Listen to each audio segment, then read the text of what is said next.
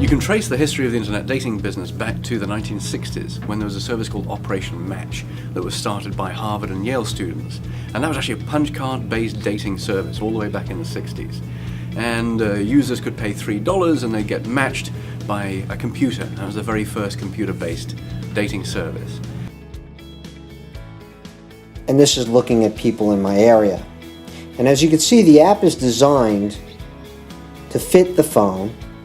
Images, sizes, things like that. The buttons, the choices are simpler. And this is a native app. This is Lovoo on an iPad. Now this would be a web app.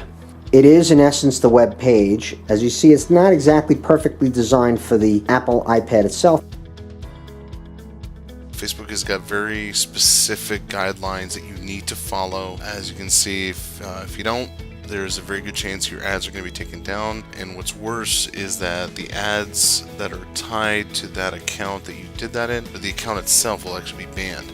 And everything is tied to credit card, address, everything. So believe me, you do not want to get your account banned in any shape or form.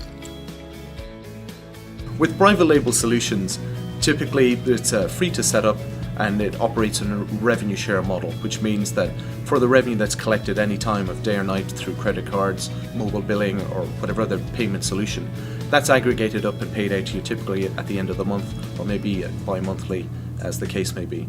And the revenue share is roughly somewhere between maybe 50 or 70% in some cases, depending on kind of the size or the volume of traffic that comes in. Smart dating operators usually go into different areas. They're trying to cross-sell the same user into different niches, look at the advertising opportunities, because your main effort is to acquire the dating user. There's also a branch of customer service called the abuse team, typically at dating sites, and they deal with, generally speaking, 4 different kinds of abuse. There are the spammers, the scammers, the obscene, and the obnoxious. The real purpose is not necessarily to make money through the event. The purpose for me was always generate great new leads, build relationship with people. My philosophy was always give a lot away for free to build relationship, and they will come in and purchase at that higher price point later. So that's kind of a building relationship approach. Now wheels can get complicated.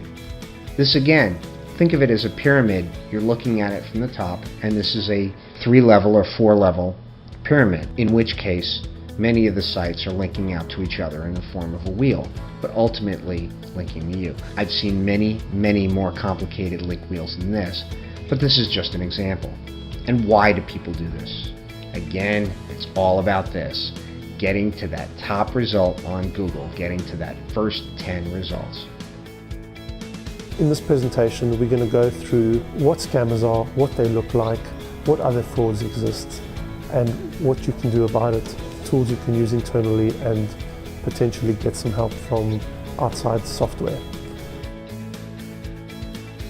Keep in mind that the operator of this tic-tac-toe game can now learn all the phone calls that this individual is making.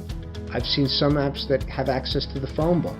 I've seen some that get access to SMSs. Things that have nothing to do with this. This is what makes Android the Wild West. From there, you're going to look to some angel investors. Angel investors are the people who go around, let's say they have a few $1 million they're sitting on, and they'd like to invest, let's say $50,000 at a time, maybe $100,000, into a couple different dating startups or a couple different startups that they feel passionate about. So what you're going to do if you want to court some angel investors is